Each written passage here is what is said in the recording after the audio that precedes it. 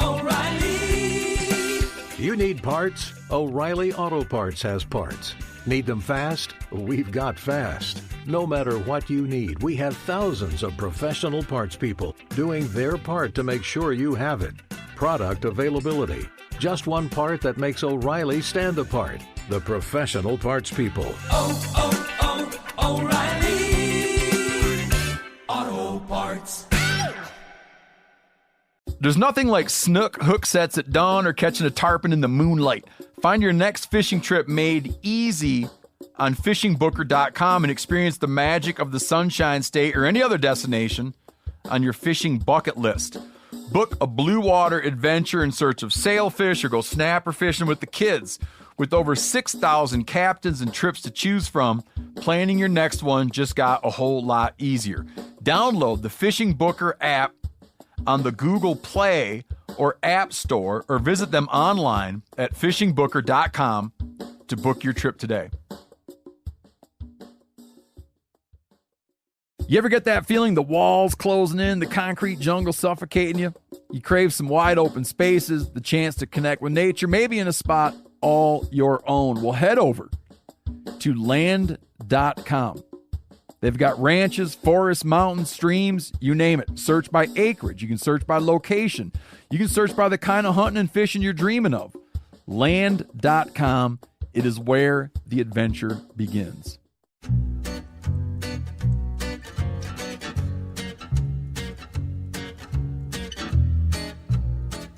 The Hunting Collective is presented by Element. I guess I grew up on an older road. Hey everybody, welcome to episode 141 of the Hunting Collective. I'm Ben O'Brien as always, and today I'm in the swamp. Jacob, we're on what? Lake Verret, we said. Outside of Pierre, Louisiana, with the swamp people themselves. Jacob, Ridge, Moose, Lindsay, Troy, Landry, and we're after gators. I don't have much to say other than it's exciting, so you're going to have to stay tuned, but Jacob, you're what, 12th season of the History Channel's Swamp People? Going strong. 12, that's got to be the longest running show on that channel, or maybe any cable channel. So, buddy. Millions of people watching you guys hunt gators for over a decade, so we're going to talk about that. We're going to try to get some gators in the boat. Everything and then some here in the bayou. We're not going to try, we're going to. No trying. We're going to get a wet ass. All right, Jacob, tell us where we are right now. Right now we're fishing on Lake Verret. It's close to our hometown. It's a pretty big lake, a lot of big alligators. And you can't ask for a better scenery than this. It's nothing but big cypress trees full of Spanish moss all along the edges of it.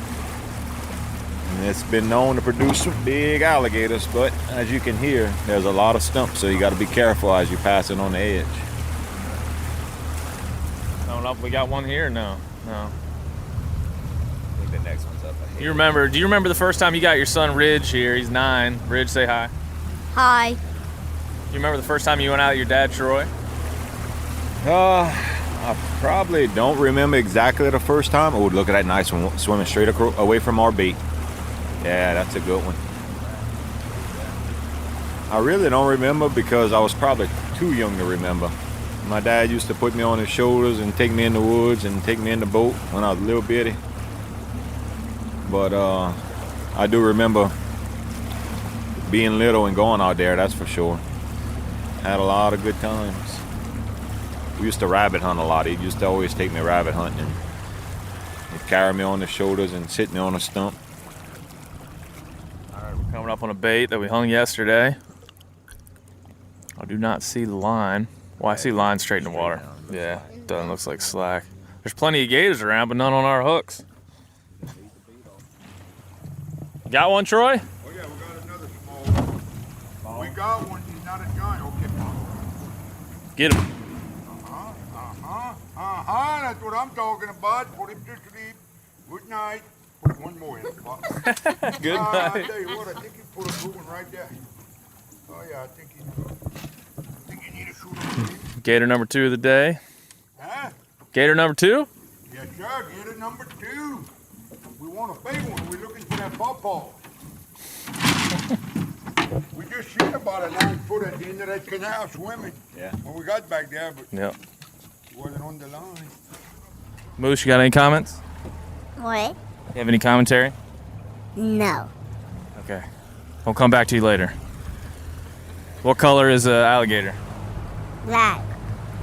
Oh, I don't know. Hey, girl.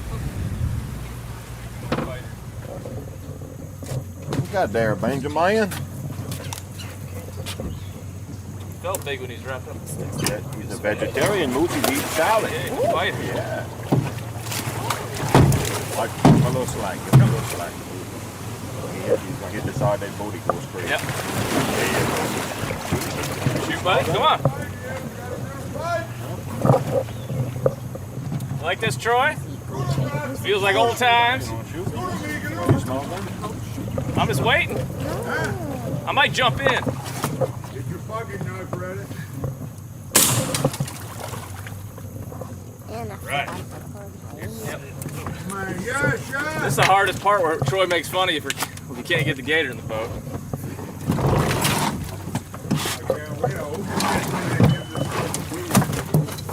This is the big gator boat. We got all the big gators in this boat, Troy. I think you got the biggest one. It's no wonder your boat's Daddy. faster because our boat has all the weight. What? Daddy the alligator. What, Bubba?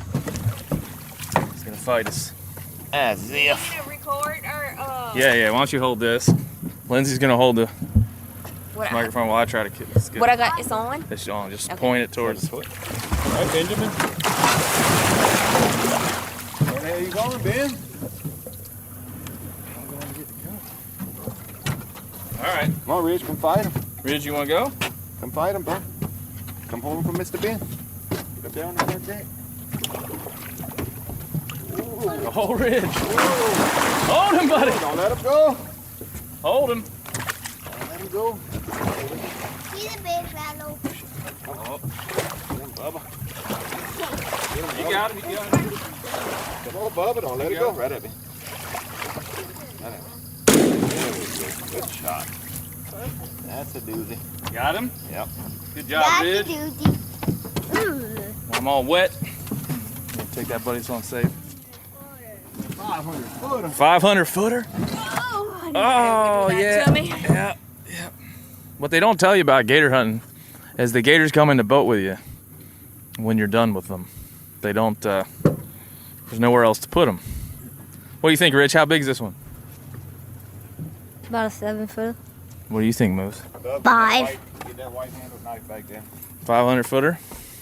So now, Jacob, we're going to tag him. We're going to put him a tag in them, make them legal beagle. Go ahead, Bubba, cut him at the end of the tail. All right, what do we got? We got one. He's tangled up, isn't he? 6 footer. He's tangled up. Gotta grab this rope. You gonna help me, Ridge? Ridge, you gonna shoot him. Jacob's gonna fight him. He's all wrapped up in a stick. I mean, he get a number. That's what's bad about them little ones. Oh, there he is, right there, Bubba. Oh, let's see. Safety.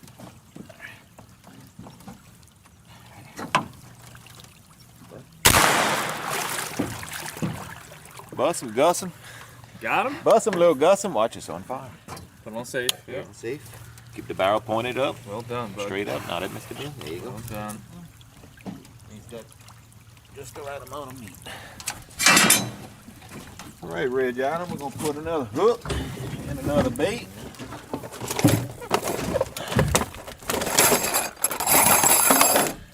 Ridge, you don't like the bait? You don't like the rotten chicken? No. I don't blame you. I don't blame you. It's not great. How many gators do you think, like, if you had to count in Lake Verret, what do you think gator numbers would be?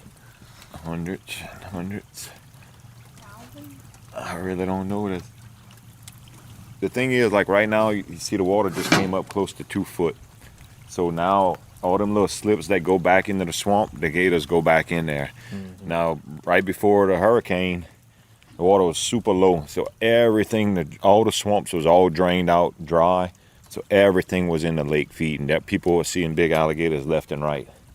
Now, if they still out here, I don't know. You know, they might be, but a lot of them will go back in that swamp and hide and get away from the boat traffic. I imagine, unlike, elk or deer, it's impossible to know how many gators are in a body of water. There's no way to know.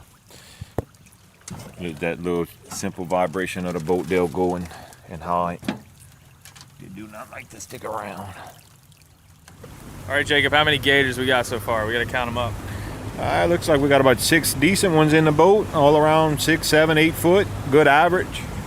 But we're looking for that granddaddy. Gonna make it all worthwhile. Yeah. You feel like we're doing better than your dad, or are we losing out? We're doing pretty decent for the few lines we've ran so far. This line looks kind of tight going towards the bank, so. These are the lines we set yesterday, and all our lines have either had a gator or at some point. Nothing's left hanging, so that's a good sign. This looks good. And sometimes it takes a couple days, you catch a couple small ones and get them out of the way before you catch them big ones, so not too bad. Let's check it out.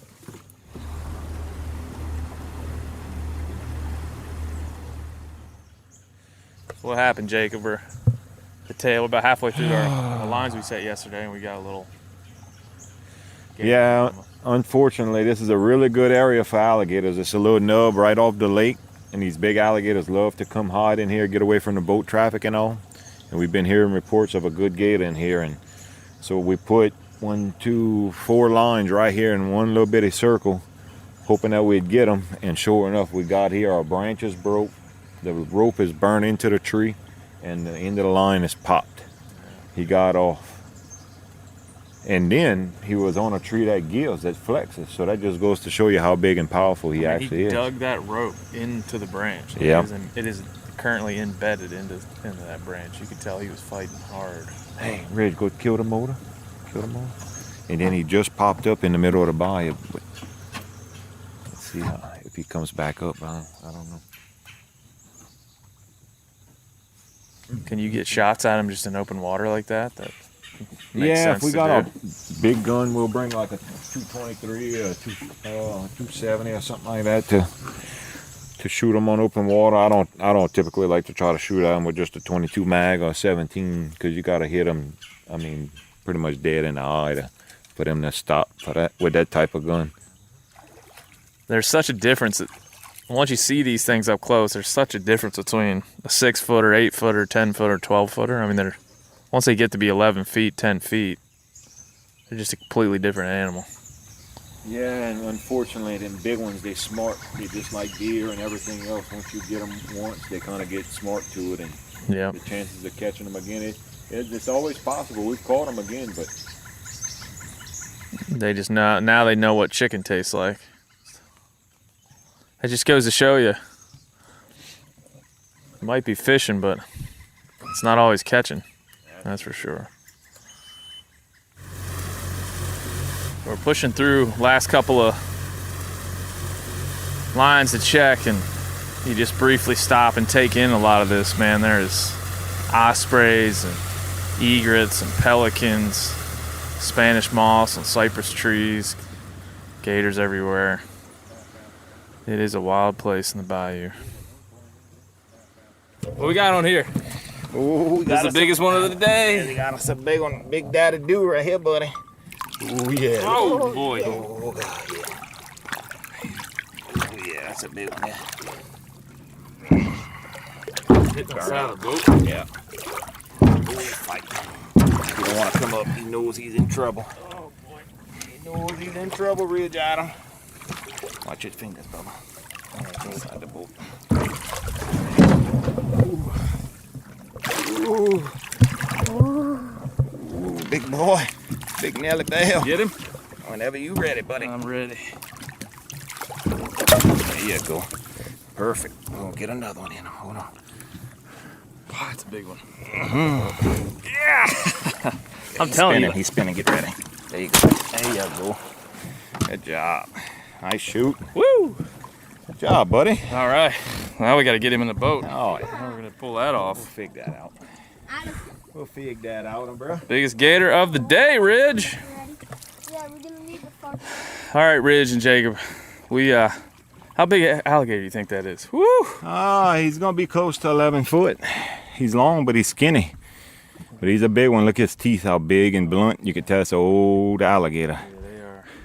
We were talking about this before. You said they can get up to 100 years old. I mean, it's hard to say. It's hard to know, but I age them by their teeth, I'm sure. But you figure that one's been around quite some time. Oh, that one's been around a good 50, 60 years for sure. I mean, you can just look at him. He's old. By looking at the slime on his back, he's been in the swamp for quite a while. He just came out because the water got so low, and he's a good one. I didn't think we had anything here either, so that was a nice little surprise when he pulled back. Well, we're gonna call it for the morning, and we're gonna go back. What are we having for lunch/dinner over there? We got a little crawfish stew, fried alligator, fried frogs. Ridge is gonna bake us some brownies and cookies when we get back. It's gonna be good. Thanks for joining us in the field. We are gonna go have some food, and then we're gonna sit down with Jacob and Mr. Troy Landry. Keep this podcast going. We'll see you then. Now we're back at Duffy's gas station here. Pierre Part, the famous Duffy's, where each time Troy Landry and Jacob Landry return from a gator trip, especially on Sundays, people gather, locals, people all the way from Canada, people from around this country gather at a tiny little rusty gas station in the middle of nowhere, Louisiana. Right now there's about 35, 40 people. Babies, infants, 80-year-olds, moms, dads, little kids, all lined up to shake Troy Landry's hand and to see the gators they brought in. So we got about 16 gators and Troy's boat, 10 gators in our boat, 26 in all of the 600-some tags they'll fill this year. And it's a bit of a party here right now. 6'6". All right, Ridge. Doing good, Ridge. 126, 26, 203, 65. You withdraw. I just put a ribbon. Bye, y'all. Good seeing y'all. Bye. Thank y'all so much. Y'all welcome. Good seeing y'all. Later, brother. All right, man. Later. Troy, how long you been bringing gators back to Duffy's? Longer than I want to remember. I'm getting kind of old. Oh, Jacob was like Ridge right there when we first started bringing him. Did you ever think that this many people would come and see this every? No, and then I think with that virus this year, usually they got way more people than this. But I think people are scared to come around with that coronavirus. How many gators you guys caught today? I don't know. I really don't know. But I guess 15 to 20. You pounded them, Comp? You counted them? 25 we got? 25. And then we had about a dozen more long, but I was scared to stay on the lake. It was getting rough. Yeah, it's getting rough out there. There are people here from all over the country. There's even a mother that wants to get her newborn baby's picture taken with a gator. They're setting up a photo right now that says when the baby was born, and the baby's maybe 3 or 4 weeks old as everybody gathers. Everybody gathering at Duffy's. It's crazy. Now we're inside a giant, probably 800 square foot freezer with bins full of gators. Jacob Landry driving a skid steer pallet jack into the freezer, gets a big scoop, and then scoops ice into the bins of gators to keep them for sales later on. Giant pile of ice that will keep these gators cool until a buyer comes or a distributor comes to get them. It is a operation. It's not a hunting operation. It's not a guiding operation. It is an industrial operation. It looks like a fish market, smells like a fish market. This is definitely not North American model of wildlife conservation. This is definitely not hunting. This is market selling of gators by some people I really respect. And it is a full-fledged operation.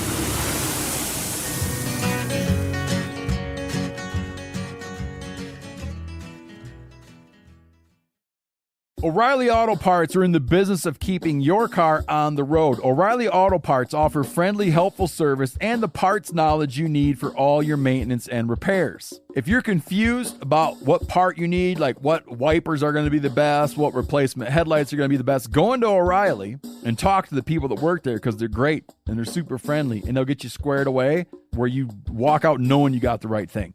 They've got thousands of parts and accessories in stock, either in-store or online, so you never have to worry if you're in a jam. Do you need your windshield wipers replaced? You need a brake light fixed? You need some quick service? They'll help you find the right part or point you to the nearest local repair shop for help.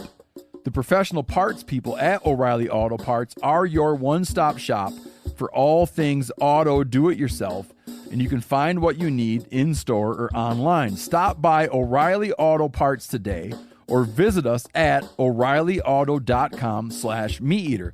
That's O'ReillyAuto.com/MeatEater. There's nothing like snook hook sets at dawn or catching a tarpon in the moonlight. Find your next fishing trip made easy on fishingbooker.com and experience the magic of the Sunshine State or any other destination on your fishing bucket list. Book a blue water adventure in search of sailfish or go snapper fishing with the kids.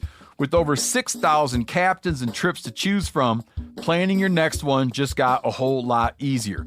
Download the Fishing Booker app on the Google Play or App Store or visit them online at fishingbooker.com to book your trip today. You ever get that feeling you're stuck inside staring at screens and a primal urge kicks in? You crave wide open spaces, fresh air, the chance to connect with the land? Well, maybe it's time to find your own piece of the wild, but searching for property can be a maze. That's where Land.com comes in. They got millions of listings across the country, from mountain ranches to hidden fishing holes. Their search tools are like a seasoned guide helping you narrow down what you want.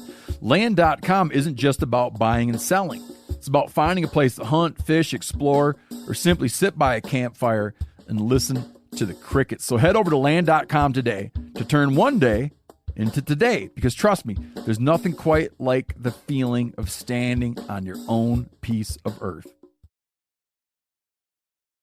Troy Landry, how you all right? You tired? I'm tired. Not really. You're not really. You don't ever get tired. tired. Why are you tired? Because you didn't do shit.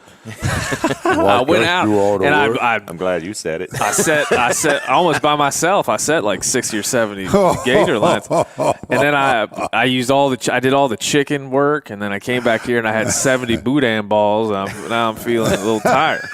When I looked, he was taking the hook and flinging it in the bucket, trying to snag the chicken. That's a smart way. You don't want to just get your hand down in the rotten chicken. For those of you that have been listening thus far, it's 36 gators, 35 gators 35. Today total? Yep, 35. You had 26 in your boat. Me and Jacob caught 34, you caught 1. You can't if nobody's ever been to Pierre Park, you just can't get it in edgewise. They talk shit to you the entire Wouldn't be right. Wouldn't have it any other way. But you out-caught us, Troy. You caught 26 and Jacob and I only caught 10. But Jacob didn't have no help. That's true.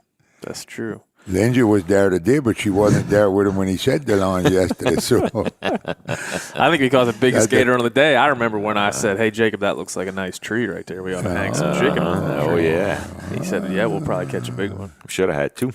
Thus we did. Yeah, we should have had 2. We had a tree shaker in there. Boy, that makes you sick when you lose a big one. Yeah. You know it's a big one, yeah. Do they get educated for that? Do they yes, they do. If they survive it, if he survives it, it'll be that much harder to catch again. Yeah. If the tree was rope burned, boy, it was a big one. Yeah. And you were saying, we were saying when we were there that if that limb that the rope is tied on can flex, can go up and down, that gives him more time to get tired out. And that tree wasn't like that. He actually broke it, but you can tell he must have been hooked in the jaw and he wasn't hurt because of the way he pulled. Where was that, Jake? In that right corner? Mm-hmm. Back right corner? And the line was going straight up on the bank, so he was probably on the bank using leverage to pop. That's how he popped. You crossed over the bank? You went look behind the bank? No. You should have. You could see where he was headed toward the bank. Mm-hmm. But we were standing there checking everything out, and he says a big head popped up behind us in the middle of the nub. Yeah. Who said That's that? True. I said that. Oh, you believe me? No. No. You don't believe it? He was huge. Oh, yeah, Everybody right. I've met in this town has said that they've seen a 14-foot gator. Every person I've met, every single one. Everybody's like, "Oh, big gator over there, big gator over there." Yeah, right. They all say it. Probably caught 20,000 in the last few years, and we didn't catch one 14-foot over here. What did we say yesterday? We stopped at a fish camp because it was raining, and both those guys were like, "Oh, we saw a 14-footer right over there, right over there, right." There's 14-footers everywhere. But you just can't 9-footer. just can't catch A them. 9-footer. You just can't catch them. Well, we got a lot of things I want to cover, but first, there's such history. We were just talking a little bit ago to some of the hunters you had today. You were telling them about the history of not only your family, but of this place, of the bayou, of where you live, how you grew up, how Jacob's growing up, and now he has 2 kids that were with us today, and how they're going to grow up and what that's going to be like. And so I think one of the things that people are going to want to hear about is how you grew up, Troy, like what it was like here, when you were a kid. Well, when I was growing up, I think my generation caught the tail end of the good days. The wildlife and there's still a lot of fish. The fish is most probably just as plentiful as there ever was in this area. So it's second to none when it comes to fishing. Now, the hunting, I think took a turn for the worse because we get high water way too often now. The tides are 1.5 feet, 2 foot higher than when I was a young kid, and everything stays flooded now. But, with that being said, you just got to move on and adjust. And when I was young growing up, it was totally different. The things we used to do to make a living that I saw my mom and dad doing and the neighbors doing and the whole community doing for a living at different times of the year is all gone now. It's totally different now. You'd hunt and you'd trap and you'd fish certain things for 3 or 4 months out of the year, and you'd move to something else for 3 or 4 months. And, before you knew it, the year was over and it was time to start over doing the same things, but a year later. And it was seasonal, a lot of seasonal stuff. But there was a lot. You're telling me they raised turtles, sold turtles. All my mama's family was in the turtle business. They all hatched and raised little baby turtles and sold them all over the world. The fur business, we used to all trap. We were all big trappers. And I'd average most probably 100 animals a day when I used to trap. And we'd shrimp a lot, and we'd crawfish, and we'd do everything. And now the only thing we got left these days that you could still make a little money with was the alligators and the crawfish. And both of those, the alligators are done now, and the crawfish is sadly going away almost in this area. And, it's just another page in the history book that's turning, and you just got to move on and find new things to do and new ways to do things. You were saying that living off the land is kind of it's not coming to an end, but it seems like it's so different now. A man that wants to live off the land, you're always going to be able to survive. You're always going to be able to catch fish and have stuff to eat. You're never going to go hungry living off the land, but you can't make a living no more doing it. I could make a living years ago doing it. Everybody in this community made a living doing it. And a good living, a decent living. You raise your kids, you put them through school and everything else.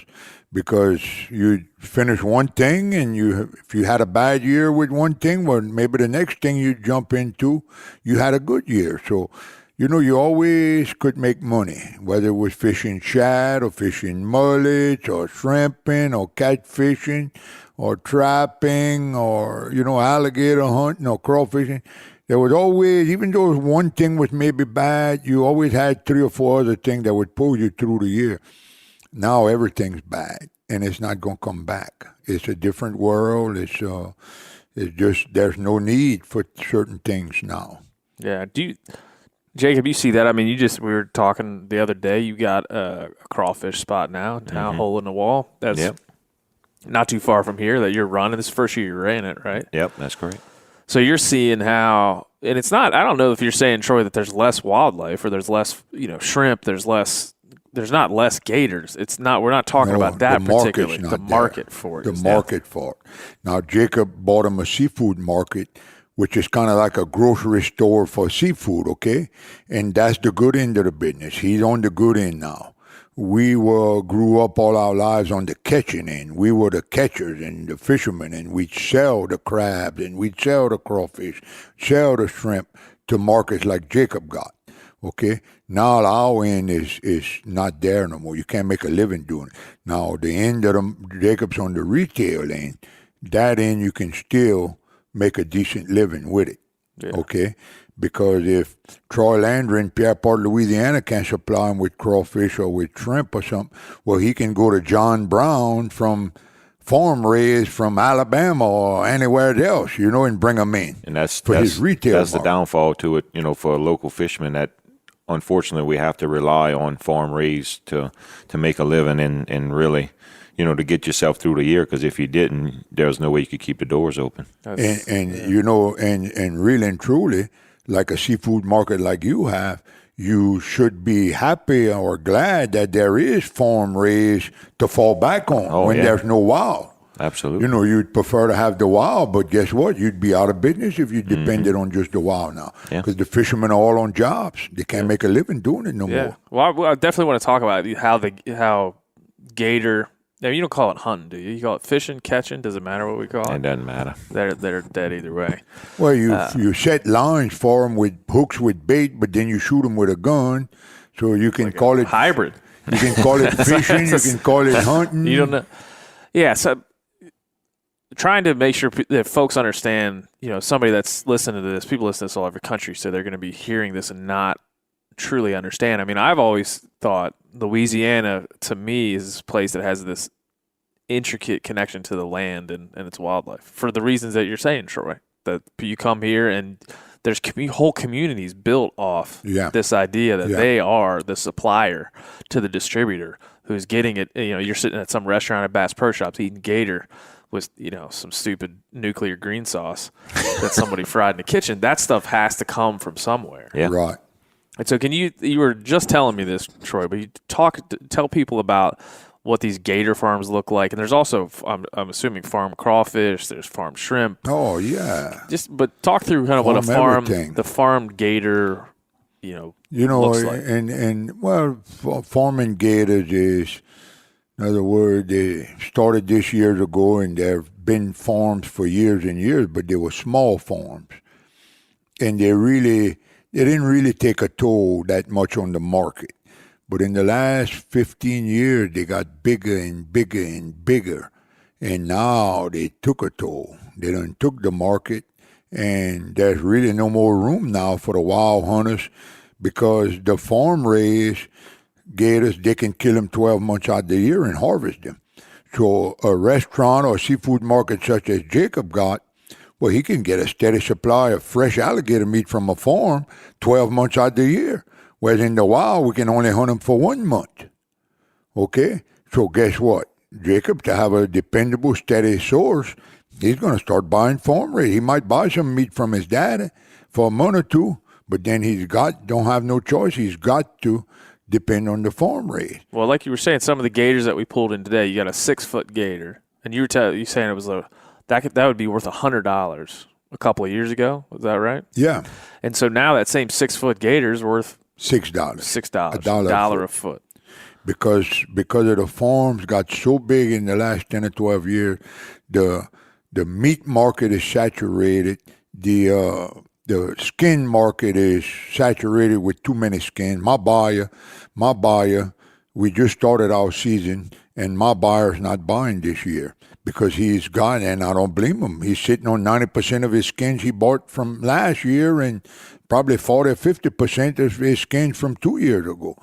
So, he's got so much money tied up in skins from the last 2 years that he opted out this year. He's not buying a skin. What's this make you think of? I mean, Troy was telling us he thinks this is like a way of life is coming to an end. Do you feel like that, Jacob? Oh, absolutely.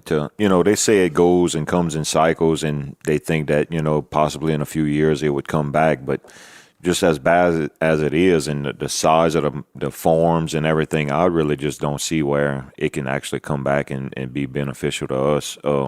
If you're not doing guided hunts or picking eggs or, doing something else besides just going catch the alligators, there's no market for it. There's no reason for you to stay in it, and steadily every year people more and more are getting out of it, and you can't blame them because there's no money to be made doing it. No, you can't pay your bills doing it. Why do it? It's hard work.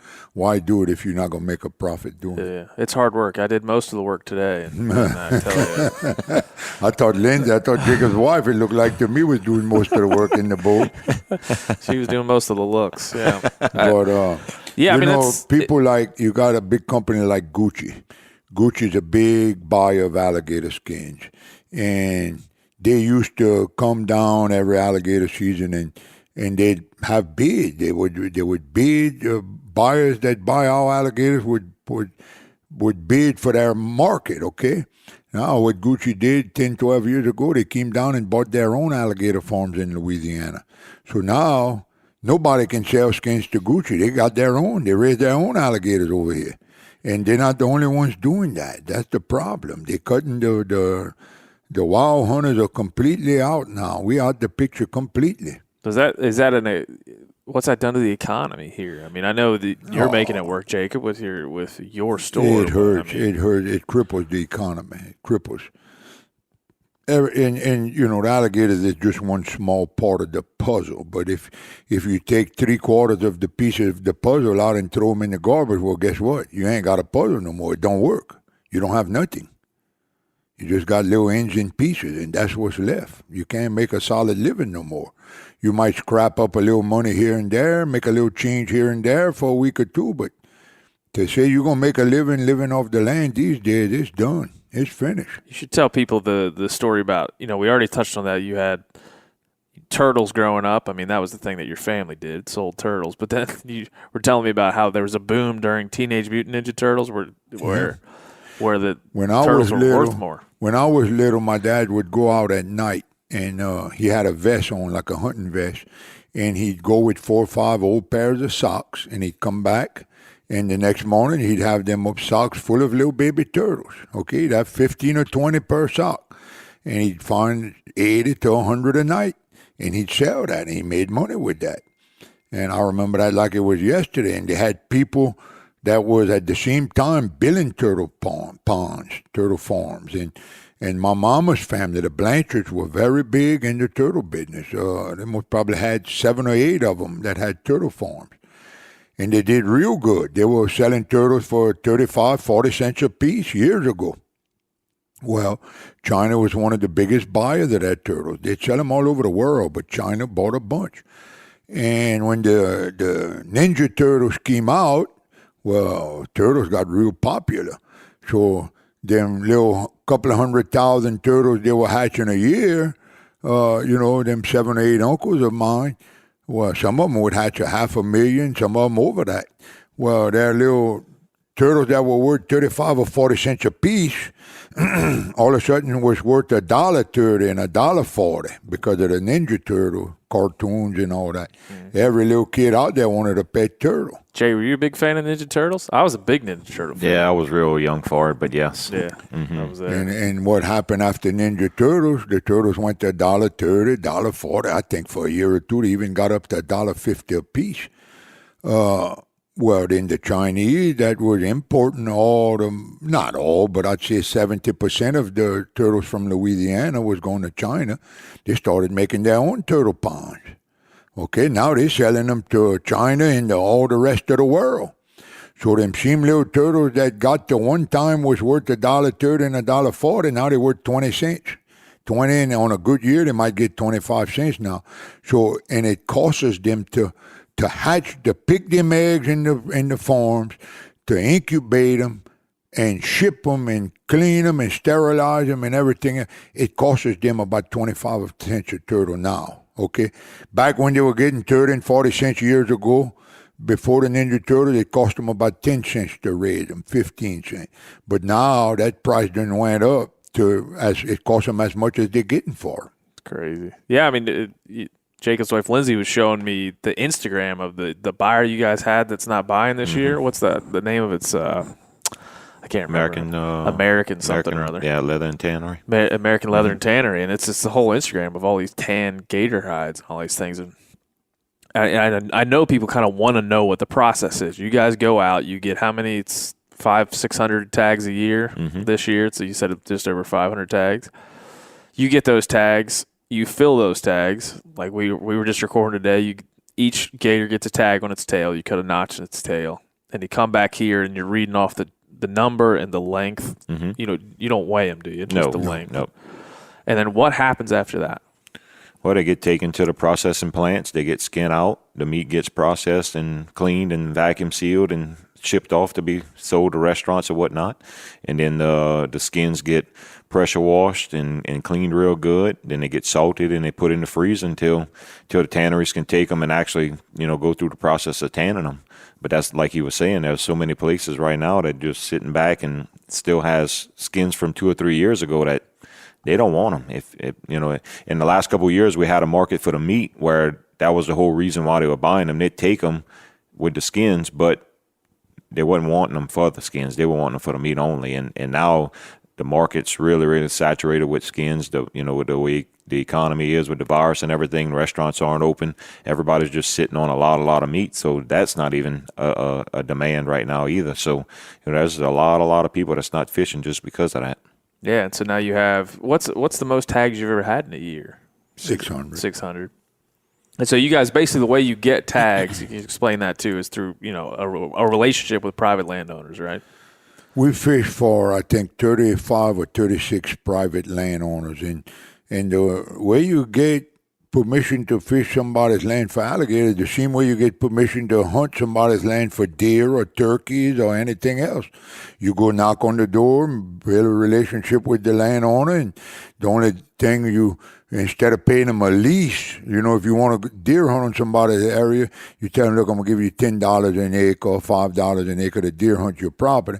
Alligator hunt, you tell them, I'm going to give you 25% or 30% of whatever they worth, what I catch on your property. If I get 1 tag for your property or 100 tags for it or whatever, I'll give you average of about 30% and then I got about a dozen out of 30-something.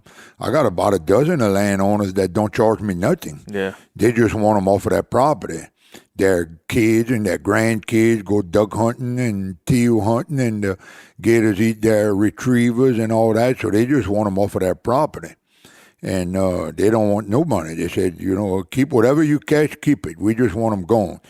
But the majority charges about 30% of whatever the gators are worth.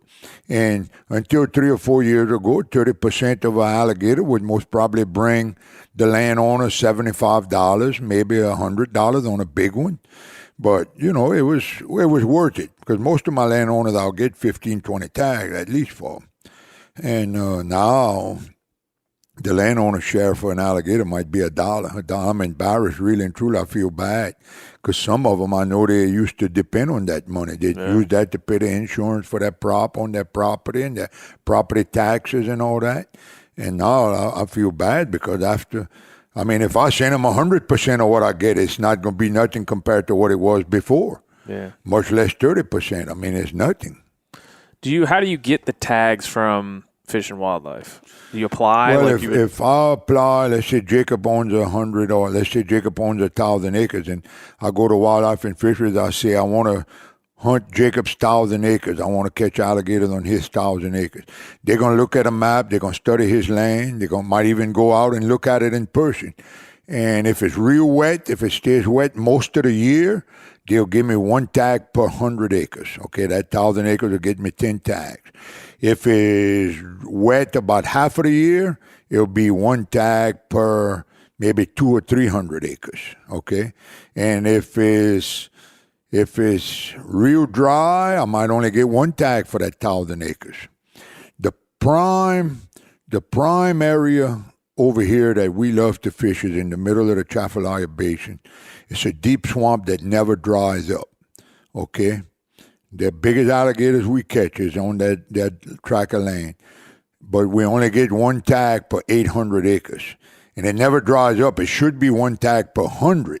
But the reason they give us 1 tag per 800 is because in the spring when the mamas are making their nests to hatch the little ones, it floods a lot. The Chafalaya Basin floods almost every spring. 2/3 of the United States drains through the Mississippi River and the Chafalaya River. 2/3 of the country, from Idaho all the way to Pennsylvania, drains right here.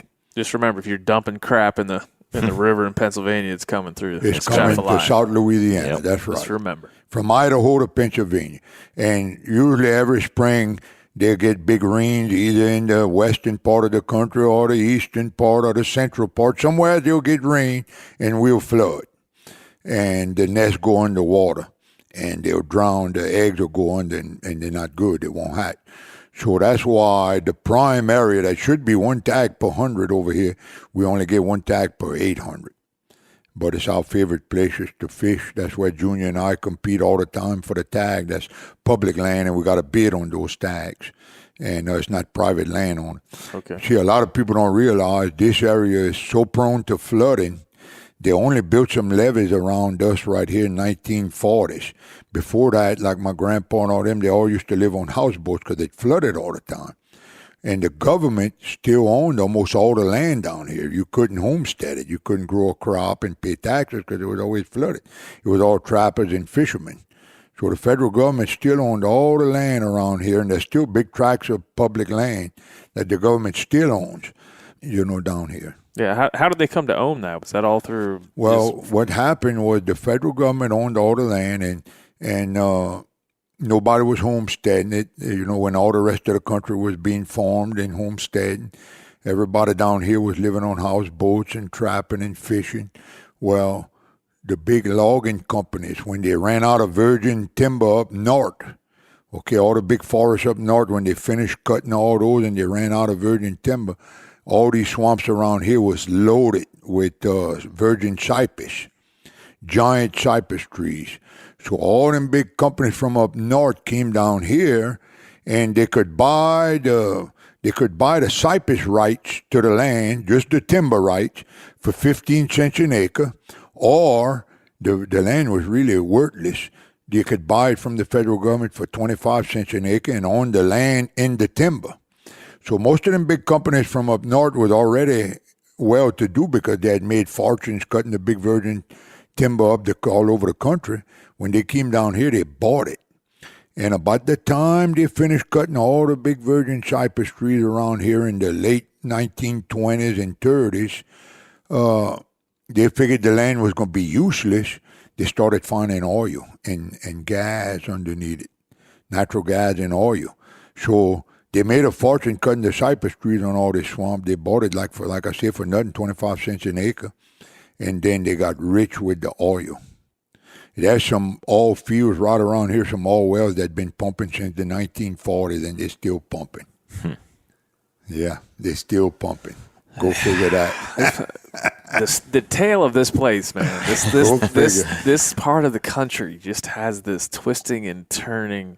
Yeah, just a lot more to it than just the old stinking mud. That's right. Oh Lord, there's so much history. Even when you can tell. I don't know. It's something about a place. Some places have a soul. Some places. This is have like a the way. place. I tell people all the time.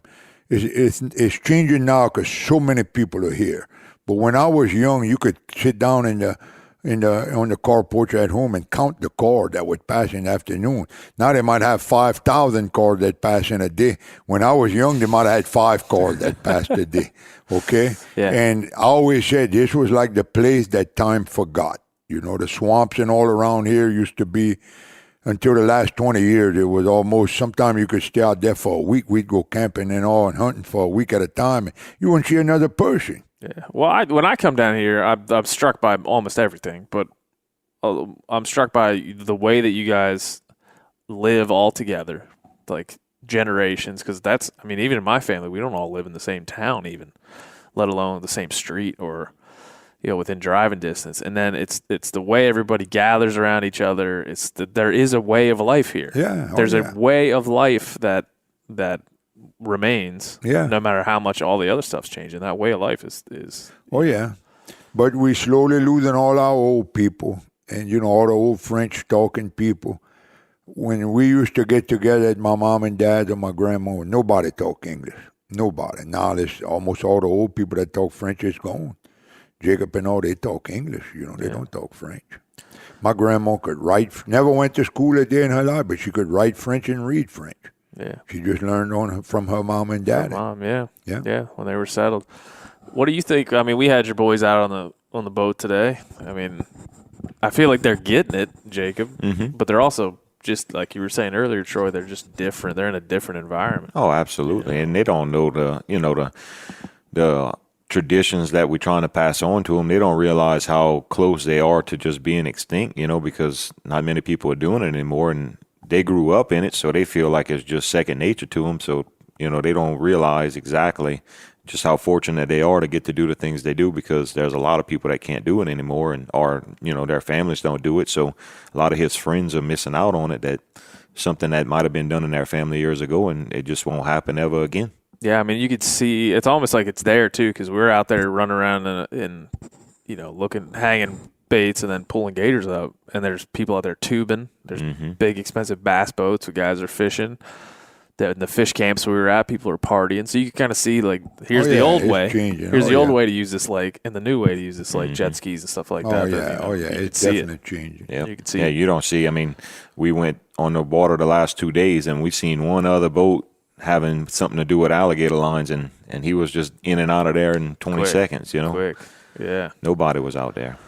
Well, I mean, it's a good way to start talking about this damn Swamp People show you guys had going for 12 years, Troy? Yeah, we're filming season 12 right now. Can you believe 12 years? No.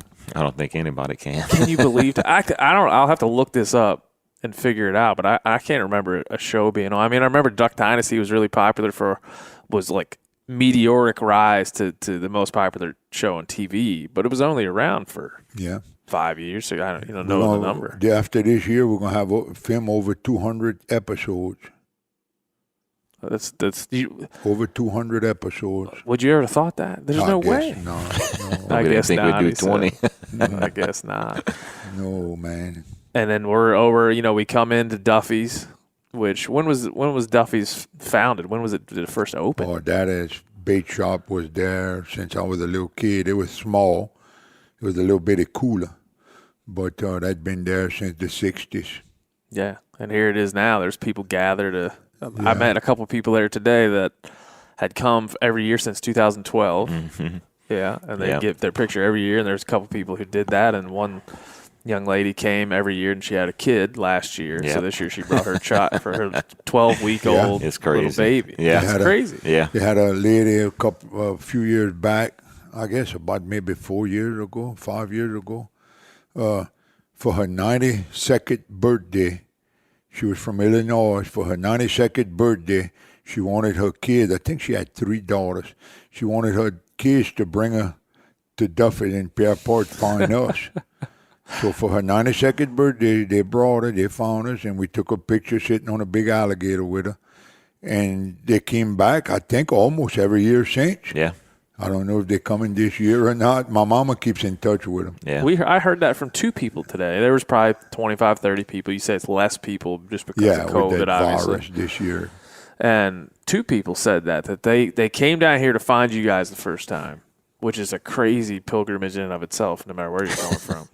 Came down here to find you, and then they found you and then made friends in town and come and stay with those friends every year. Absolutely. Multiple people told me that. Yeah. There are a lot of people that move here.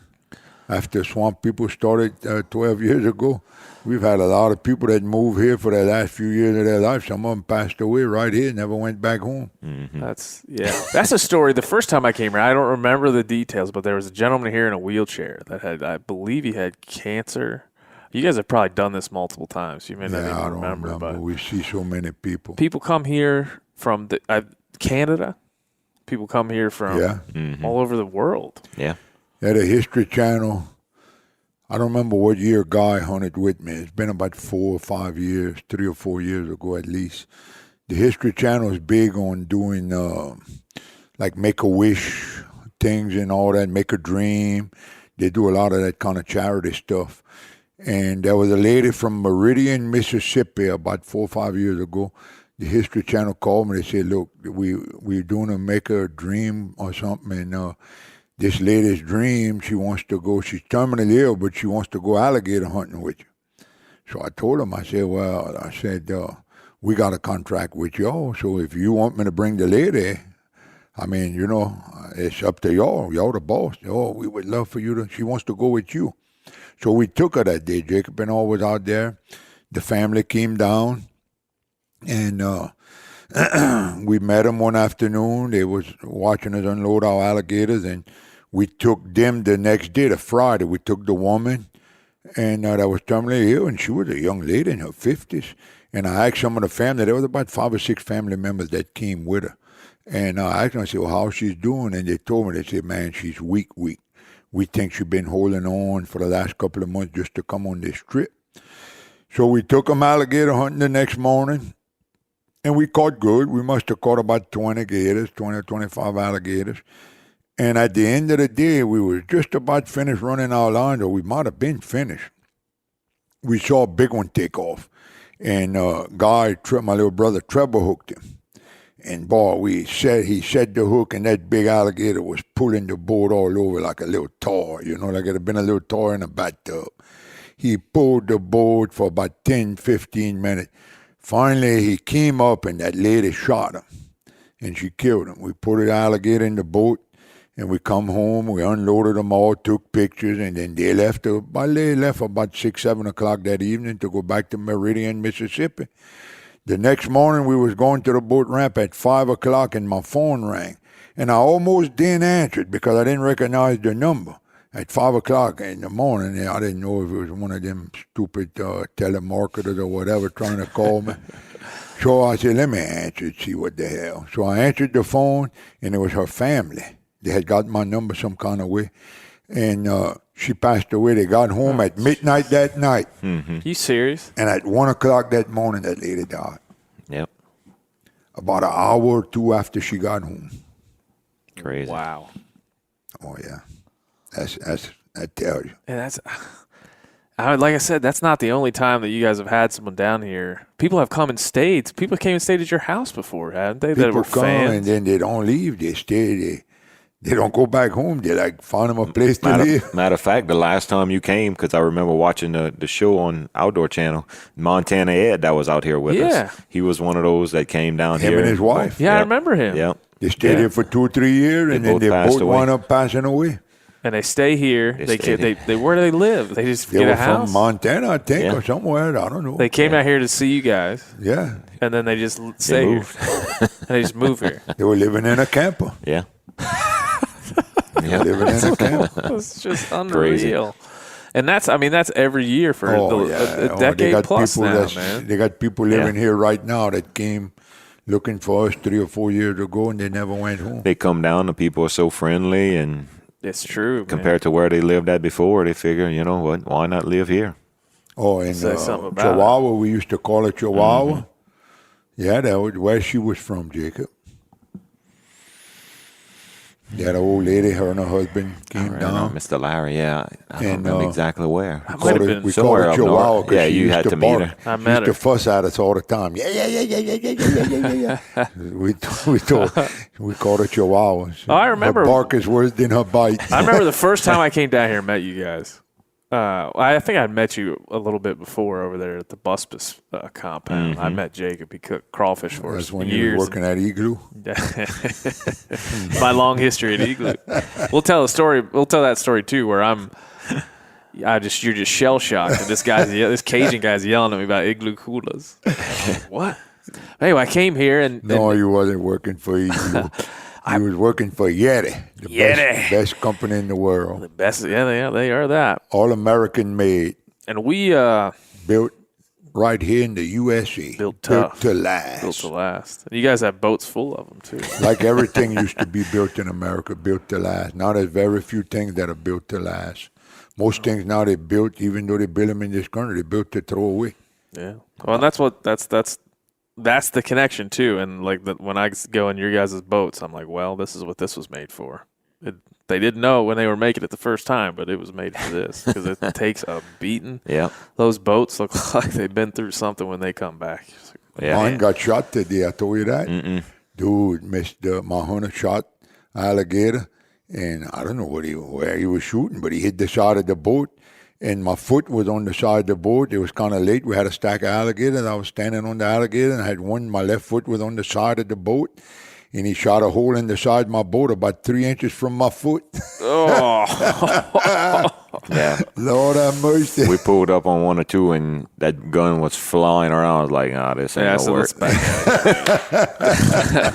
Point that up. You had to say it about 3 or 4 times. Point up. Yeah. Barrel I said, up. Whoa. I said, Lord have mercy. I said, you shot the boat. I said, that's okay as long as you don't shoot my foot, because, boy, look, my foot was about 3 inches away. I only have, I could get another boat. I can't get another foot if it's got a hole in it. The boat been shot about 20 times before, so that's nothing Those new. boats have seen everything. They hit every cypress root in the freaking swamp. But yeah, I mean, the first time I came here, and I think you guys were out by the pool out here at your house, Jacob. And there was, of course, the whole family. Everybody's running around. Mm-hmm. And that in itself is a little wild. There's crawfish boil going on. There's food being slung around. And then there was this guy in a wheelchair in the corner. And I talked to everybody, met everybody. Everybody was super friendly, more friendly than I could ever imagine as a guy who didn't know anybody. And eventually I got to talking to this guy, and he's like, yeah, I just came down here to meet Troy and Jacob, and I've been down here ever since. And I can't remember the guy's name, but I feel like that's what it would have been. I don't remember nobody in a wheelchair. Yeah, I remember that. I remember he said he'd been here for some Ed time. was never in a wheelchair. Mm-hmm. His wife was a little lady. She was like real, but this had been like 6-7 years ago now. I don't know. Remember. But it just goes to show there's so many people that come down, and they just get attracted to this place, man. Yeah, because it is, even though it once was a place that time forgot. I mean, it's still lagging behind, the rest of the country, even though it's catching up a little bit. There's still something about this place. Yeah, to me. Not only the swamp, but the people and everything. It's wild. And that goes to show, Duffy's is now, if you Google like Pierre, Louisiana, the first thing comes up, Duffy's. Oh, yeah, I didn't know that. Oh, yeah. Yeah, true. because that's what people come here. They come here for that.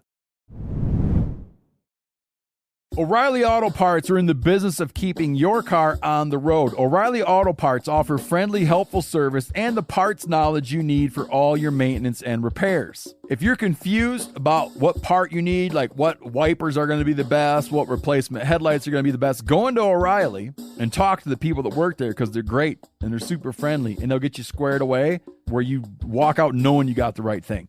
They've got thousands of parts and accessories in stock, either in-store or online, so you never have to worry if you're in a jam. Do you need your windshield wipers replaced? You need a brake light fixed? You need some quick service? They'll help you find the right part or point you to the nearest local repair shop for help. The professional parts people at O'Reilly Auto Parts are your one-stop shop for all things auto do-it-yourself, and you can find what you need in-store or online. Stop by O'Reilly Auto Parts today or visit us at O'ReillyAuto.com/MeatEater. That's O'ReillyAuto.com/MeatEater. There's nothing like snook hook sets at dawn or catching a tarpon in the moonlight. Find your next fishing trip made easy on fishingbooker.com and experience the magic of the Sunshine State or any other destination on your fishing bucket list. Book a blue water adventure in search of sailfish or go snapper fishing with the kids. With over 6,000 captains and trips to choose from, planning your next one just got a whole lot easier. Download the Fishing Booker app on the Google Play or App Store, or visit them online at fishingbooker.com to book your trip today. You ever get that feeling you're stuck inside staring at screens and a primal urge kicks in? You crave wide open spaces, fresh air, the chance to connect with the land. Well, maybe it's time to find your own piece of the wild, but searching for property can be a maze. That's where Land.com comes in. They got millions of listings across the country, from mountain ranches to hidden fishing holes. Their search tools are like a seasoned guide helping you narrow down what you want. Land.com isn't just about buying and selling. It's about finding a place to hunt, fish, explore, or simply sit by a campfire and listen to the crickets. So head over to Land.com today to turn one day into today, because trust me, there's nothing quite like the feeling of standing on your own piece of earth. So we got to go back to the beginning of how the hell you guys got on the History Channel in the first place. If you can even remember 12 years ago, like of all the things that have happened between now and then. Because at the time, how old were you at the time, Jacob? Shoot, that would have put me 24. Yeah. 24. And you didn't know much about What were you doing at this time? Chase would have been, what, 19? 19, yeah. Chase young. is 5 years younger than me, I think. Yeah. It's hard to think back that far.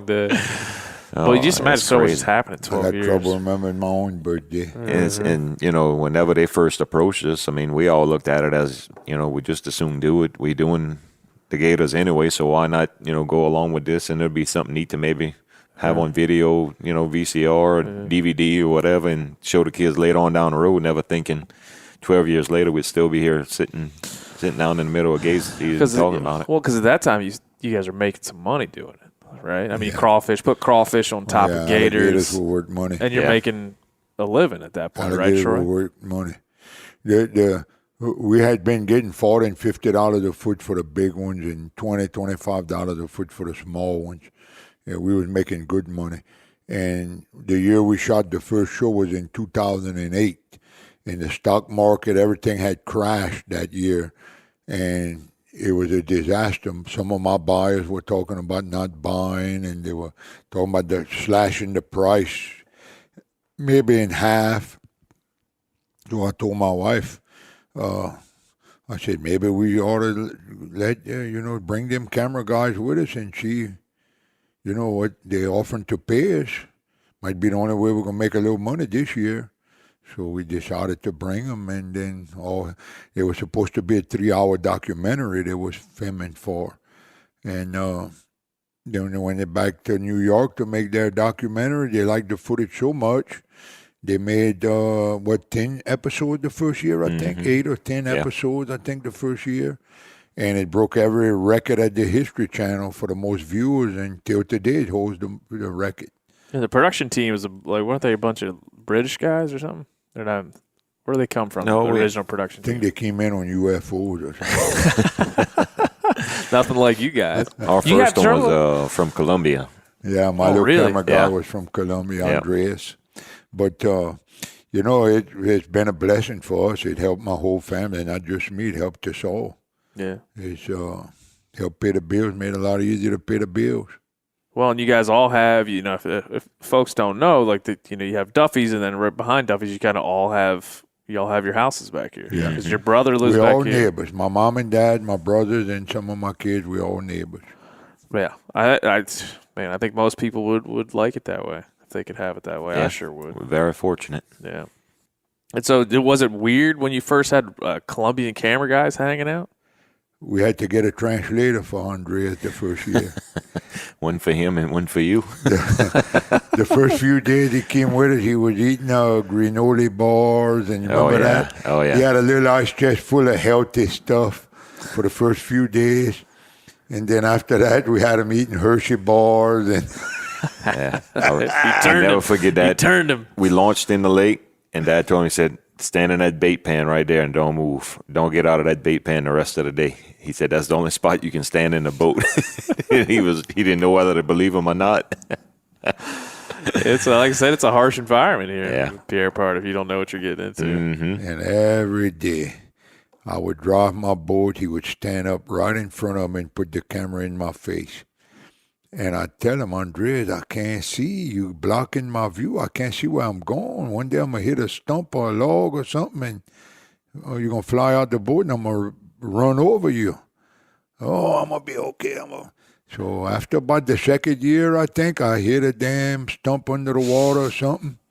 And he flew out the boat one way, and his camera, a $3,500 camera, flew out the boat the other way. And he wound up finding his camera, but I think it was ruined. I bet it was. After that, he used to sit down when I told him when I would drive, get on. Probably strap himself in after that. Because sometimes we run a few lines in an area, then we might have to travel 2 or 3 miles to get to another area. And he would stand up right in my face with his camera, and I couldn't see. And you already can't see a stump if it's under the water when you're traveling. and it's dangerous. I promise you, after that, he used to sit down. I bet he would. I was even doing that today, kind of standing up thinking, like, it's only going to take You can't see what's under the water. Yeah. Those cypress Especially trees that are lake. so- And Yeah. when they cut them big giant cypress trees all around that lake 100 years ago, 150 years ago, the water level was about 2 foot lower than it is now, maybe 3 foot lower. Okay, now them big giant stumps is all 6 inches, 8 inches under the water, and when you see them or you feel them, it's too late. Especially if you're doing 30 miles an hour or 40 miles an hour. Yeah, imagine that. Like you're standing It's up in too front late. of And front then of the end big of the boat. stumps are like petrified. It's like hitting a concrete wall. Yeah. Yeah. Imagine getting thrown out of the boat and then hitting one under the water when you land. Mm-hmm. It's not good. So if you're ever down here, just remember, just remember, don't do that. But what was the first time you guys knew that you were famous? I mean, because I've traveled with you where you had to sign autographs and shake hands with all these people, and they all know you. They travel here from I everywhere. never to really see you. figured out yet that we was famous. Well, I'm here to say this is breaking news.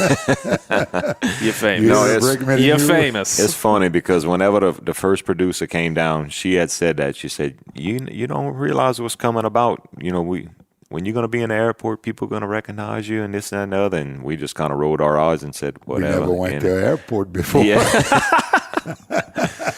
We got to go to the airport first to be Yeah. there so it recognizes. Yeah, it's crazy.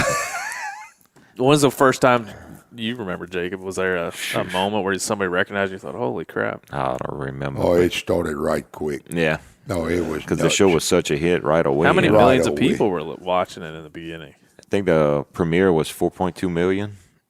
I want to say. I remember. A certain age group. That was the It like 5 or demographic. 6 Yeah, that wasn't million. overall viewership. Their that young was the demographic. Their young demographic that they was targeting was like over 4 million viewers.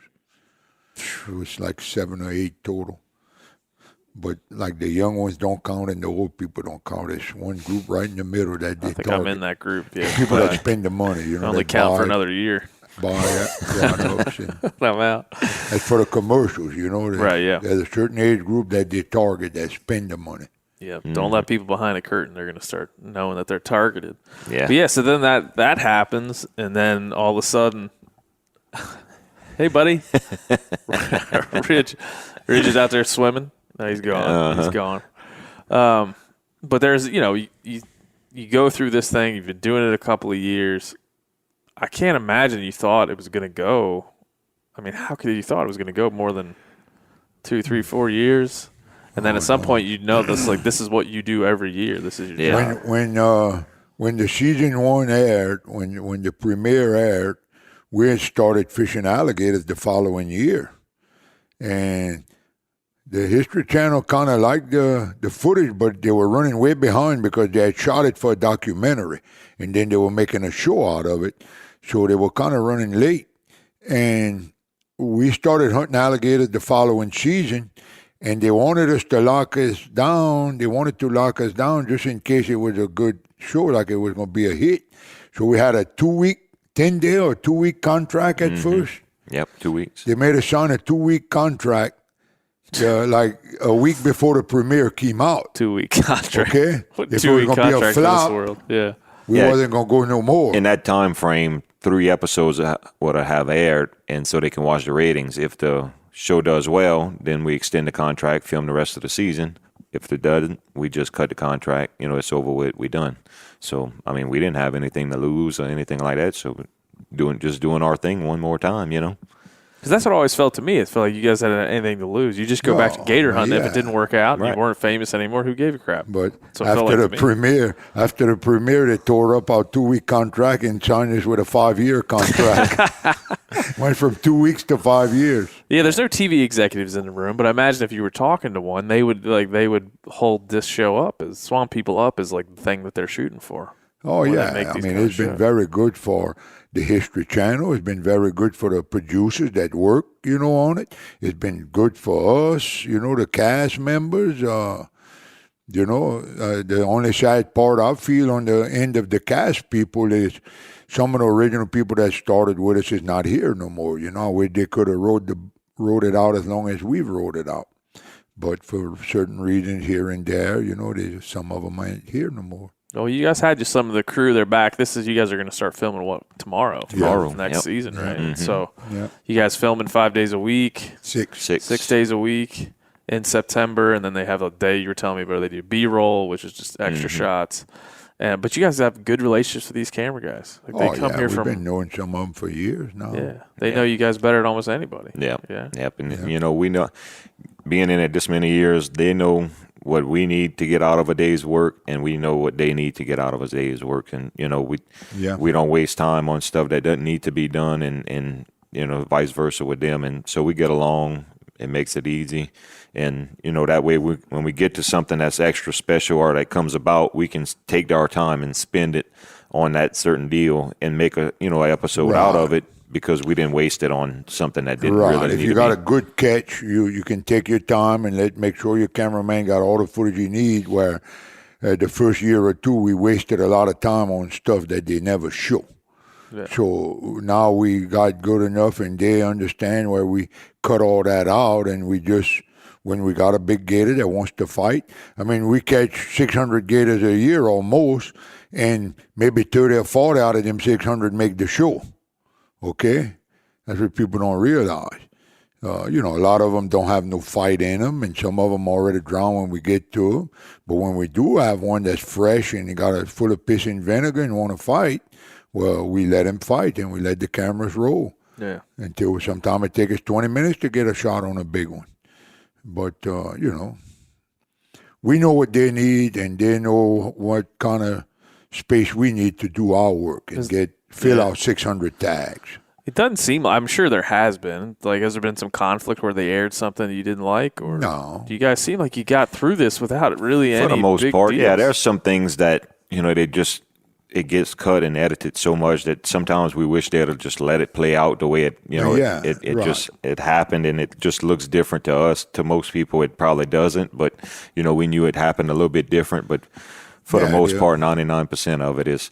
But the thing about it is we don't know what's going to be on the show. You know, we know some things that happen, you know, that's got to make the show. There's no way they could do without that. But a lot of stuff, you know, we really don't know what's going to be on the episode no more than you do when it comes out. Sometimes the stuff that we think they're going to put this on the show, well, they don't put it. They put something else.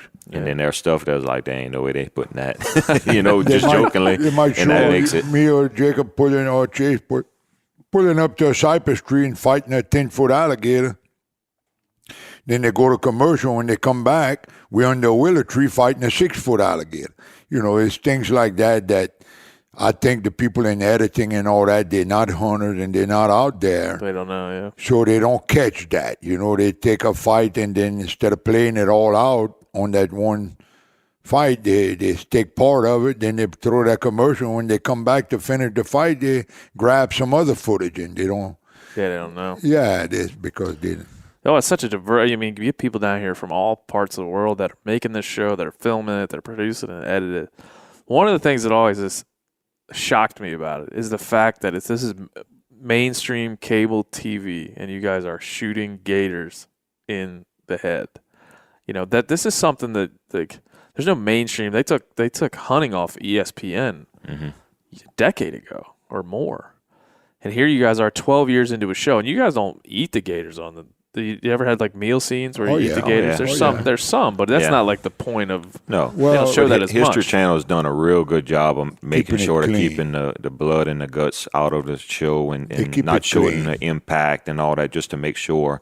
And they've done a really, really good job of doing that. And some people say, well, you know, why you see the alligator come out the water and then they show you shooting it and they got a water splash? Well, you know, once we explain to them why, then they understand it. But, you know, for the most part. It wouldn't have lasted 12 years if the History Channel wouldn't have kept it clean. Yeah. There's people, crybabies would have raised so much hell that they would have shut it down. I always thought that from the very beginning. I thought we're going to hunt gators, I hope, forever. But, you know, the History Channel probably would have pulled out if they wouldn't have kept it clean. Yeah. Well, I just think personally it says so much about you guys and the other people in the show and this place and gators themselves. Like, the fascination all kind of comes together. Because as you said, there's people who are going to complain about animals dying on TV. I mean, that is just how it is. You know, I've had people come up to me, man, why y'all kill them little alligators? I said, brother, when I'm a nuisance hunter, and I said, when I go on a call and they come in somebody's yard and eat some little woman's dog or some little woman's cat or something like that, I said, and they're crying their little heart out. That's why we hunt them, to keep the numbers. It's all about population control. We want a healthy population of alligators. We've been making our living hunting them. We don't want to hurt them, hunt them to low numbers. We want a healthy population, but you got to keep the numbers in check because they're predators. They're predators. And when they get too many in the swamps and they run out of food, guess where they're coming?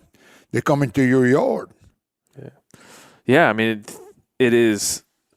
We have we talk about that on this show a lot, the North American model of wildlife conservation. And in it says no market for game animals. There's like elimination of the market for game animals was because the turn of the century, we shot all the buffalo, we shot all the elk because there was value in the hides and in the flesh, and that stuff could be sold. So that part of the idea, but this gator hunting that you guys do goes against that. Yet it works because you're talking about hunting. You're kind of hunting the fringes of the population. Well, this is the thing, okay? What you're talking about at the turn of the century, there was no control. And then you had the Great Depression, okay? People had to kill food, okay, to eat.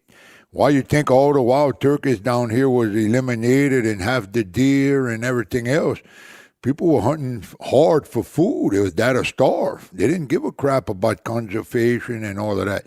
Now, it's limited. It's population control is what I tell people it is. We're going to take 600 alligators almost out of the swamps in the next 3 to 4 weeks.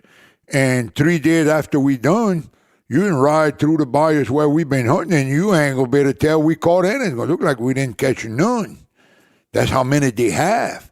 And really, I don't know how to say that, but we're actually doing the alligator population a favor by taking some out. Because, there's some places we go, like Carl Island and all that, they're skinny. Them alligators are starving. There's too many. They're skinny. You got a long 10-foot alligator that don't weigh 300 pounds. He should weigh 500 or 600 pounds.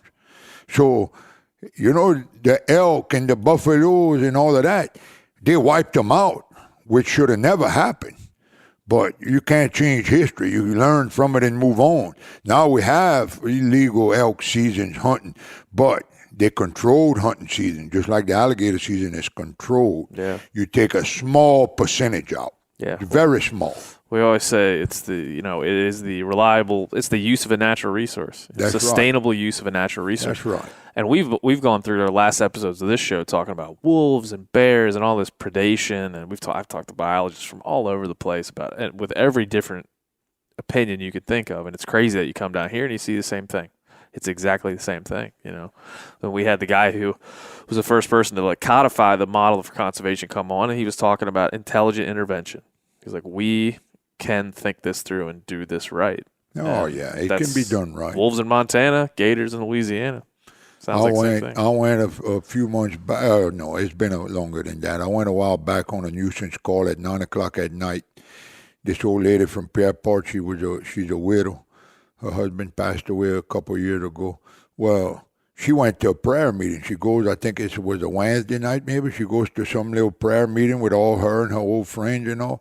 She came back home, and when she pulled up in her garage, they had a 9-foot alligator in her garage. Lucky she seen it before she got out the car, okay? Because the alligator could have bit her, she could have scared her and gave her a heart attack, or she could have tripped and broke her leg or a hip or something, you don't know. But she seen it before she got out of her car, and she backed up. She called Wildlife and Fisheries, and they sent me over there. It was a 9-foot alligator in her garage at 9 o'clock at night. You get that a lot? There's no shortage of alligators over here. Yeah. I mean, even though we take a lot out, there is no shortage. Yeah. There's too many. I think there's too many. Some places we hunt, the alligators are skinny. Well, you were telling me that you end up hunting the edges of the population because you have these large areas, these vast areas where the swamp, when the swamp water goes up, these gators can access places where you can't get to. No one can get to. All over. And then they spread out. When the water goes down, then they have to come to the waters that you guys can access and fish. Yeah, just like the alligator we caught today was right at 11 foot long. That alligator, 2 weeks from now, we're going to catch an alligator that length in the river. That's going to make it look like that would have been an 8-footer. You know, he's going to be the same length, but he's going to be twice the alligator just because of the feed that's available for him. He's going to look twice the size of him. Yeah, that's crazy. The full taxidermy one you got back here looks at, and even your son Ridge was like, look how fat this thing is as compared to the one we caught today. It didn't do him justice. Whenever we caught him, he looked even bigger than that. Yeah. I mean, did you guys think about that anytime you're just catching dinosaurs like you've caught? How many thousands of alligators They've been have you pulled around since the time of dinosaurs. Alligators been around forever. I mean, I don't know nothing about nothing. I come here, and that's the most respect I've had for any animal to see. And they will be around forever too, longer than us. Yeah, they survive. They know how to survive. They can go months without food. They can eat every day for 3 weeks if they get the opportunity. They store food. I mean, it's a remarkable animal. People don't give them enough credit. No, they don't. They fall into that. You know, they're oftentimes a cartoon. They're oftentimes anthropomorphized and things like that. Where how you spell that? I can't even barely say it. I can't even say it. Much less spell it. Anthropomorphized. I could have maybe spelled it in kidney. We got to start drinking. We got to make some daiquiris. We'll get on that. I'm mad about the Spunky Monkey, by the way. You ever go to Spunky Monkey a lot? Man, yeah. I'm mad about that. This COVID bullshit to close the Spunky Monkey down. Tell people about the Spunky Monkey, Troy. People don't know about that. When I was young, they had about 10 bars around here that you could go access by boat. And they'd have more people who drive up at them barroom by boat than by vehicles. Because everybody had a boat over here. Yeah. Okay, not everybody had a car or a truck, but everybody had a boat. Now all them bars on the water's almost all gone. I think the Spunky Monkey, and that's about it, isn't it, Jake? There's a few. Like in Stevensville, the Mosquito Bar and Groves and all. Yeah, but in Pierre and Bell River, you had a dozen of them that you could access by boat when I was young. They all have the daiquiris, the alcoholic daiquiris. Now they do, yeah. Boy, they didn't have that back then. I'm missing that right now. You get a whole styrofoam cup.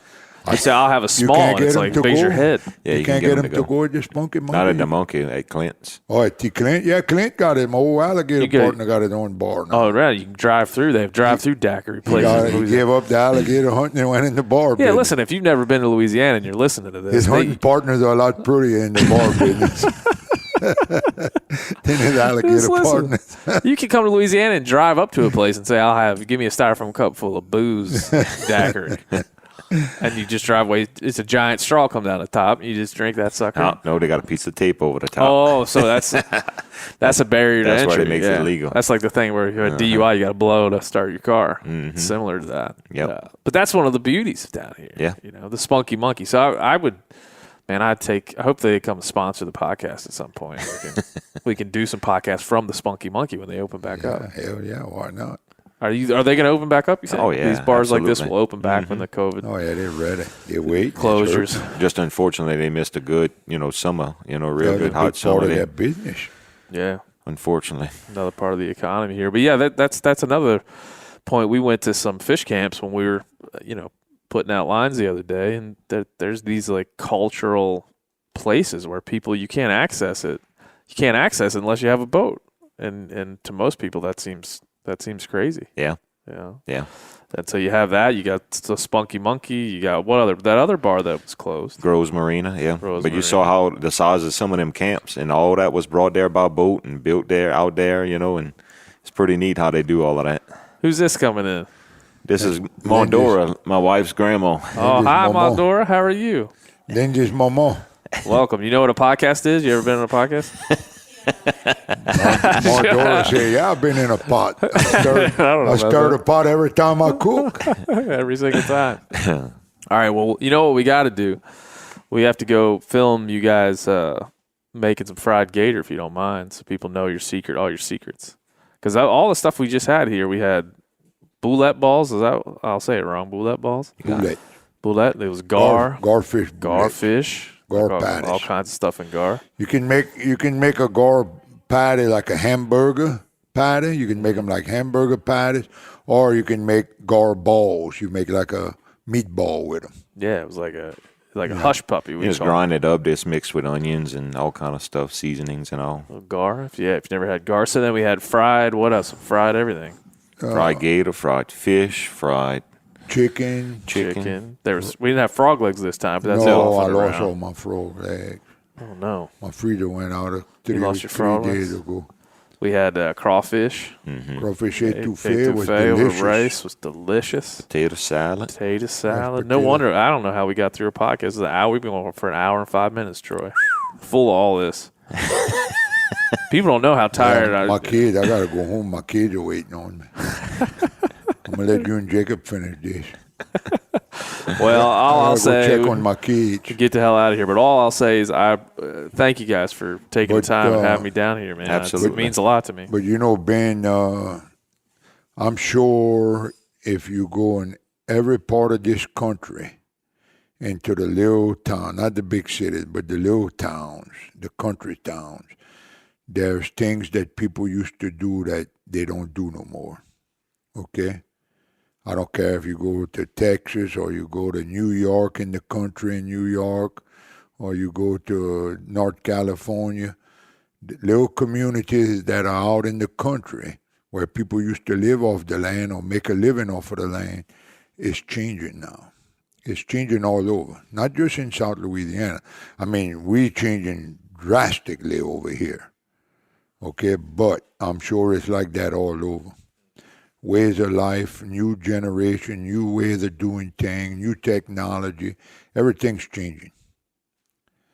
I had a man ask me, I was working an event, I don't remember where it was, I don't know, up the country somewhere.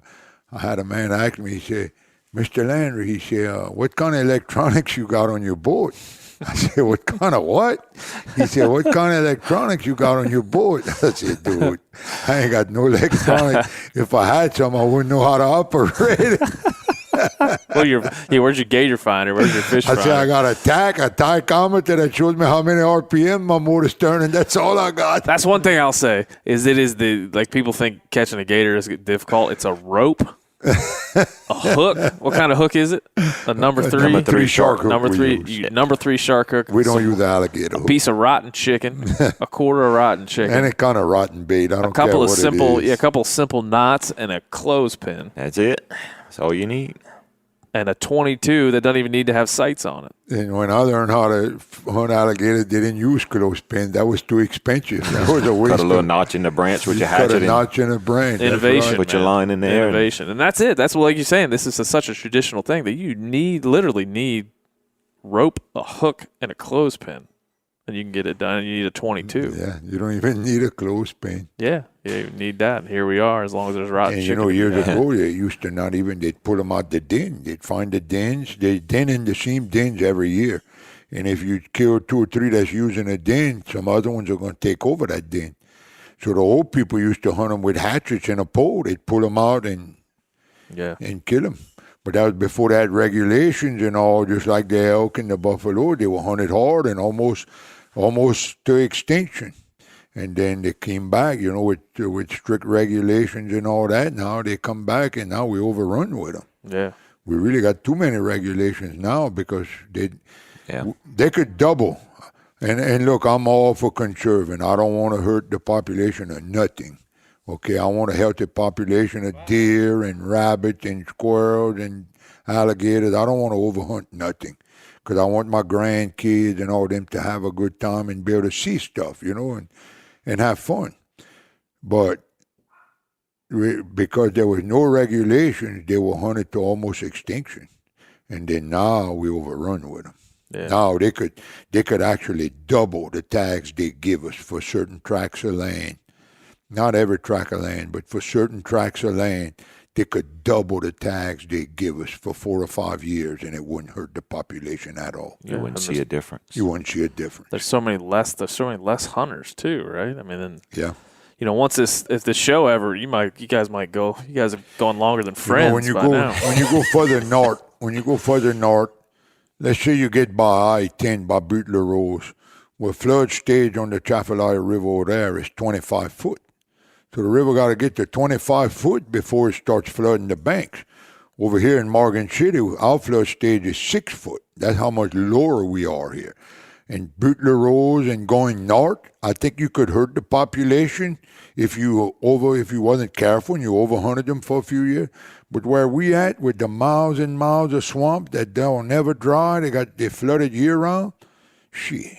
We were saying earlier, if Sasquatch if he could hang with the mosquitoes, you'd never find him. He'd most probably sink in quicksand out here. Oh, tough country. If you had to walk across that swamp, you'd be in trouble. Well, we got to send you home to your wife, Troy. He'd be skinny because he wouldn't have much to eat. Yeah, walking that swamp is hard on you. Yeah. Well, we're gonna send you home to your wife, Troy. Like I said, man, I just appreciate you guys having me here and being so welcoming to everybody, let alone me, and taking the time out of your season to, take a Montana kid. I'm not even from Montana, but I live there. Take somebody from Montana, let them slow you down all day. Oh, we enjoy it. We enjoy it, man. Yep. We enjoy it. I'm ready to go get out of these wet boots. My feet been soaked since this morning since we caught that rain. Sucked. Right off the bat. Right off the bat, we got rain. My boots are full of water since 8, 9 o'clock this morning. Belly full of fried gator and it was good. We had a good hunt. We caught 35, Jacob? Yeah. We caught 35 altogether. We come back. We had crawfish etouffee, fresh potato salad, fried alligator, fried catfish. Even chicken in case somebody didn't want to eat alligator or catfish. I didn't have any chicken, no shot. Didn't have any chicken? No, I had rotten chicken earlier in the day. Oh, yeah, it's hard to eat chicken during alligator season. I still smell it on my shirt. I was smelling my fingernails earlier going, well, that's never going to go away. Yeah, that'll be there for weeks. I like to use lemon. Lemon, I find, take lemon? the smell away. Yeah. Does it? I'll be gutting an elk next week in Montana. Now we're talking. Yeah, I'll be smelling that gator, smelling that rotten chicken. We'll be most probably in the 50s over there. We're going to be in the 90s We're going to be in the 60s I'll be at the end of next week. I'll be texting you. We're going to be in the 60s at the end of next week. Here. You had to put your jackets on 60s. Over here? Yeah. Are you serious?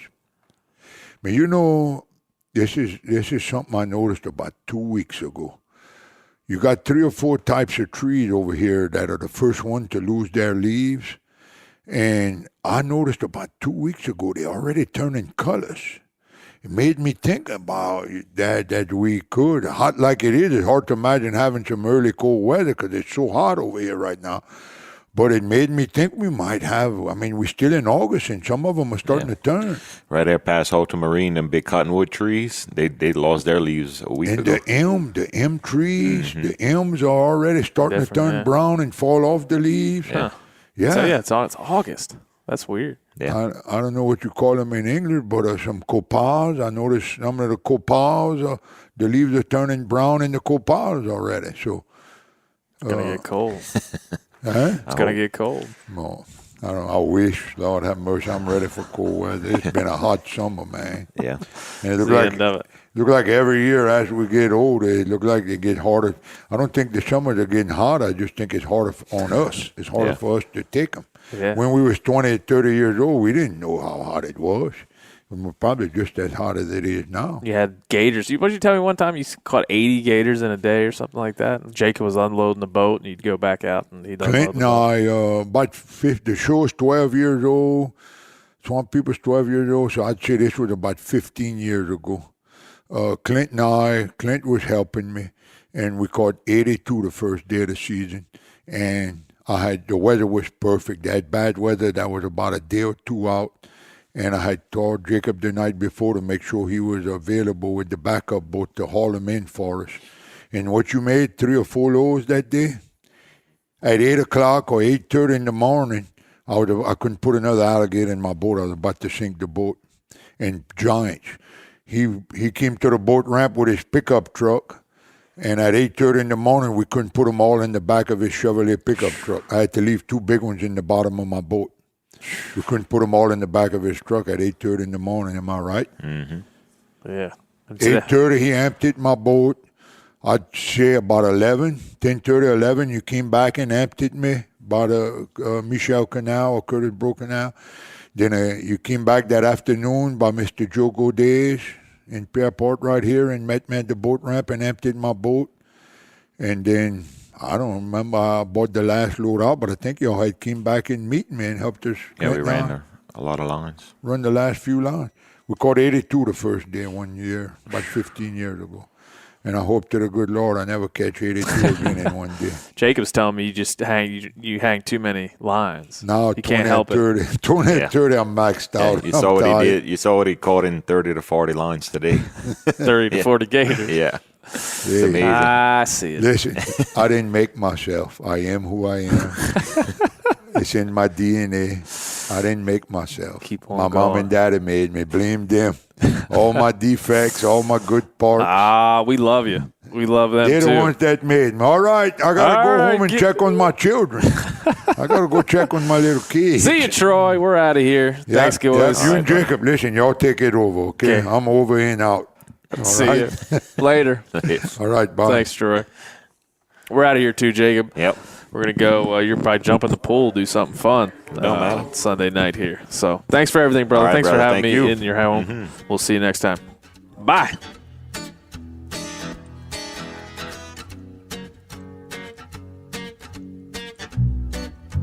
That's it. That's all. Another episode of the Hunting Collective in the books. Thanks to Troy and Jacob Landry. We missed old Phil on this episode, but he's back in Bozeman. He'll edit this up for you, make it sound good. It's an amazing place here. I've said it in the podcast, said it while we were out on the swamp, rolling around in the boat full of gators, kids, whole family, husbands, wives, grandfathers, everybody taking part in this thing they call gator hunting or gator fishing, gator catching, no matter what they call it. It kind of is not only the traditions that are important to me, but it's learning about the wildlife conservation and the story of this landscape, because certainly Troy Landry, Jacob Landry, Ridge Landry, they are generationally important to this place, and they will remain so, especially telling its story, which I think hopefully you all found compelling. And certainly, as Troy said, there is a lot that goes on here, and some of the things, the traditions that these folks are losing, the ways of life that they are losing, it's going to be similar in many small towns and many rural areas around this country. So if you're experiencing that yourself, hopefully you can find some silver lining in Troy and Jacob and their story. And as I said before, I'll say again, they are amazing, amazing people, and their way of life is absolutely enthralling, and it's something that draws you in and makes you feel at home. And so hopefully one day you guys can all make it down to Pierre, come to Duffy's, meet Troy and Jacob and their family, and you will be welcomed, and they'll probably give you a hug. Even if they don't know you, they'll take a picture, they'll sign an autograph, they'll do what they do. So next week, we're going to rock and roll, get into elk season, leave this great adventure behind, get into elk season with our friend Remy Warren from Cutting the Distance. He's going to have all the elk tips, all the elk stories, and a story about how he saved his wife next week. Episode 142 of the Hunting Collective. And we'll have Phil back, because we miss Phil. So, we will see you then, next Tuesday. Bye-bye. Too long, 'cause I can't go a week without doing wrong. Without doing wrong. Without doing wrong. Without doing wrong. Drinking in heaven.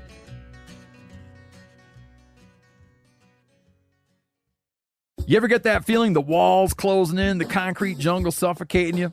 You crave some wide open spaces, the chance to connect with nature, maybe in a spot all your own. Well, head over to land.com. They've got ranches, forests, mountains, streams, you name it. Search by acreage. You can search by location. You can search by the kind of hunting and fishing you're dreaming of. Land.com. It is where the adventure begins. After 3 years of work, our follow-up to the Meat Eater Fish and Game Cookbook is here. It's the Meat Eater Outdoor Cookbook, wild game recipes for the grill, smoker, campfire, and camp stove. Here is your book for everything that's best cooked or eaten outside, from grilling to open fire cooking to Dutch ovens to smokers to barbecue to backpacking meals to how to pull off the perfect fish fry, with pit stops along the way for lessons about Ice Age cooking methods and the best 5 ways to construct a cooking fire you can be proud of.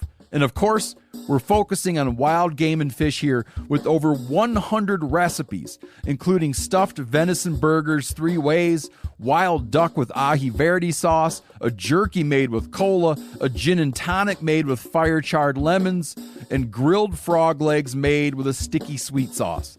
This ain't your normal cookbook, so be prepared to be surprised. Get your copy now. For more info, visit themeateater.com or buy it wherever books are sold.